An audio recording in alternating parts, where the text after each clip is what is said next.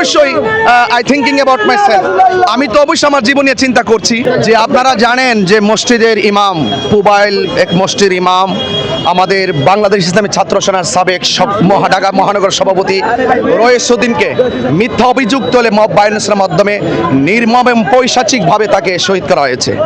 তো আমরা আশা করেছিলাম যে আসামি যেহেতু দৃশ্যমান, সে দৃশ্যমান আসামিকে ধরতে গেলে তো এত তদন্তের প্রয়োজন হয় না। আমরা দেখেছি আসামিরা দিব্যি ঘুরে বেড়াচ্ছে এবং তারা উল্টা যাকে খুন করা হয়েছে তার পক্ষে যারা প্রতিবাদ করছে তাদেরকেও আবার হুমকি দেওয়া হচ্ছে।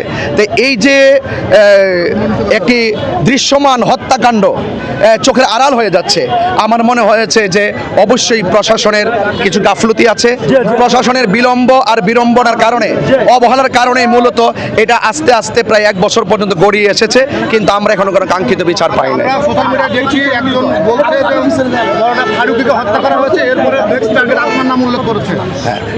আপনারা জানেন যে শহীদ ফারুকী রহমতুল্লাহ আলাইকে ঘরের ভিতরে ঢুকে হাত পা বেঁধে নির্মমভাবে গলা কেটে জবাই করে হত্যা করা হয়েছে। এমন শুধু আমাকে না, আমাদের আহলে সুন্নাত ওয়াল জামাতের যারা সত্যের পক্ষে কাজ করে, দেশের পক্ষে যারা কাজ করে, যারা আহলে বাইত রাসূল সাল্লাল্লাহু আলাইহি ওয়াসাল্লামের পক্ষে কাজ করে, যারা সত্যের পক্ষে কাজ করে, যারা কারবালার চেতনায় কাজ করে, যারা মুক্তিযুদ্ধের চেতনায় এবং এই স্বাধীনতার সপক্ষে যারা শক্তি আছে, এই দেশ এবং দেশের মানুষ নিয়ে যারা ভাবে, সত্যিকার ধর্ম দিন ধর্ম যারা ওলি আল্লাহর চেতনায় যারা প্রকাশ এবং প্রচার করতে চায়, তাদের কণ্ঠকে রুদ্ধ করার জন্য এক ধরনের দেশদ্রোহী এবং ধর্মদ্রোহী আজকে শুধু নতুন ফারুকী নয়, ফারুকী রহমতুল্লাহ আলাইকে শুধু নয়, সে কারবালার ময়দান থেকে ইমাম হুসাইন রাদিয়াল্লাহু আনহু এটা এই পর্যন্ত চলে আসছে এবং এটা চলতে থাকবে। অর্থাৎ অপরাধীরা অপরাধ করার জন্য চেষ্টা করবে এবং বিভিন্ন খুনিরা এভাবে তারা বিভিন্ন খুন করার চেষ্টা করবে। এবং আমার প্রশ্ন হলো, রাষ্ট্রতন্ত্রের পক্ষ থেকে যদি সেই খুনিদের বিরুদ্ধে যদি প্রয়োজনীয় ব্যবস্থা গ্রহণ করা না হয়, আজকে হয়তো আমাকে, আগামীকাল হয়তো আপনি সাংবাদিক হিসাবে আপনি যখন সত্য কথা বলবেন, তারা আপনার উপরে হায়নারা ছড়িয়ে পড়বে। না, অবশ্যই I thinking about my self, আমি তো অবশ্যই আমার জীবন নিয়ে চিন্তা করছি। তবে এতটুকু বলি, সত্যের সন্ধানে সত্য প্রতিষ্ঠায় যদি জীবন চলে যায়, এটাই তো হুসাইনি চেতনা।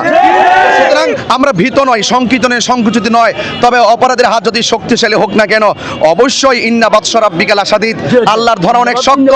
একদিন অবশ্যই তারা সেই আইনের আওতায় এবং বিচারের কাঠগড়ায় দাঁড়াতে হবে, হয়তো দুনিয়ায় নাইলে আখিরাতে।